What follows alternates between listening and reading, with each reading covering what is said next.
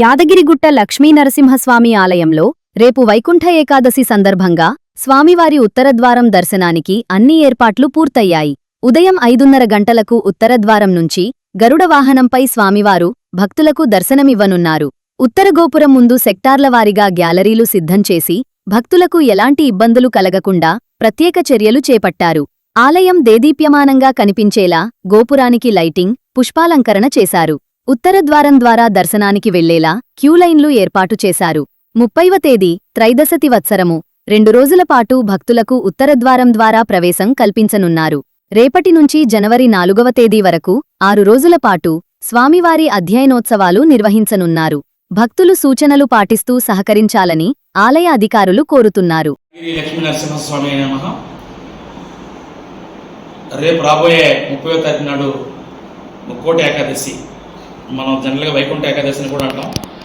దానికి అన్ని వైష్ణవాలయాల్లోనే ఎలా అయితే ఈసారి ఉత్తర ద్వార దర్శనం చేస్తున్నారో అదే రకంగా మన యాదగిరిగుట్ట దేవస్థానంలో కూడా ఉత్తర ద్వార దర్శనం ఉదయం 5:30 గంటల నుండి ఉంటుంది.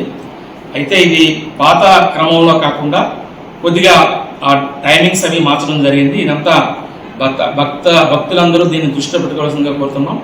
ఉదయం నుండి సాయంత్రం వరకు 30వ తేదీ నాడు ఉండడమే కాకుండా 31వ తేదీ నాడు కూడా భక్తుల రద్దీని దృష్టిలో పెట్టుకొని ఎవరికి ఏ రకమైనటువంటి ఇబ్బంది లేకుండా సౌకర్యవంతంగా దర్శనం చేసుకుంటారన్న ఉద్దేశంతో భక్తుల రద్దీని దృష్టిలో పెట్టుకొని 2 రోజుల పాటు ఈ దర్శనాలు కల్పించాలని డిసైడ్ చేయడం జరిగింది. అంటే ఈ దర్శనం చేసుకున్న తర్వాత మెయిన్ ఆలయంలోకి వెళ్ళి శ్రీ స్వామివారిని దర్శించుకుంటారు.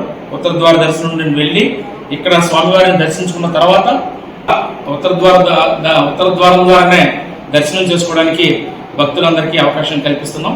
కాబట్టి దీన్ని దృష్టిలో పెట్టుకొని అనవసరమైనటువంటి దీనికి గురి కాకుండా అందరూ దర్శనం చేసుకోవడానికి మీరు ఈ 2 రోజుల పాటు ప్లాన్ చేసుకోవాల్సిందిగా నేను రిక్వెస్ట్ చేస్తున్నాను అందరు, నేను భక్తులందరికీ.